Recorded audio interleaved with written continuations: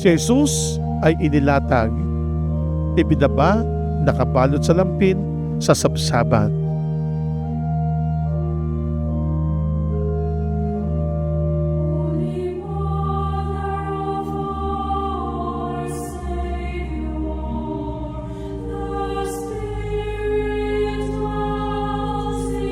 Pinadanas si Maria, si Jose, ang ating Panginoong Jesus, kung paano manganak sa mamamayan, kung paano manganak sa ibabaw ng lupa.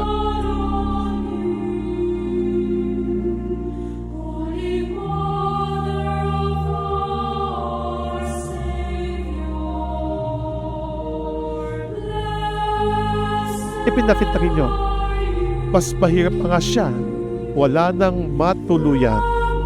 Sarado na, punong-puno na ang lahat ng bahay panuluyan. Ano na lamang, dito na lamang kayo sa bahay ng mga hayop.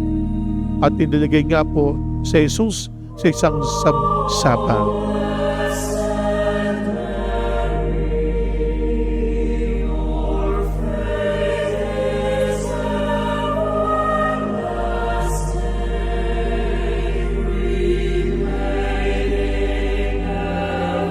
Pinagpakitaan o nagpakita ang anghel ng Panginoon at ipinapalita na ipinanganak na at sila'y nasilaw sa tala ng ating Panginoong Jesus.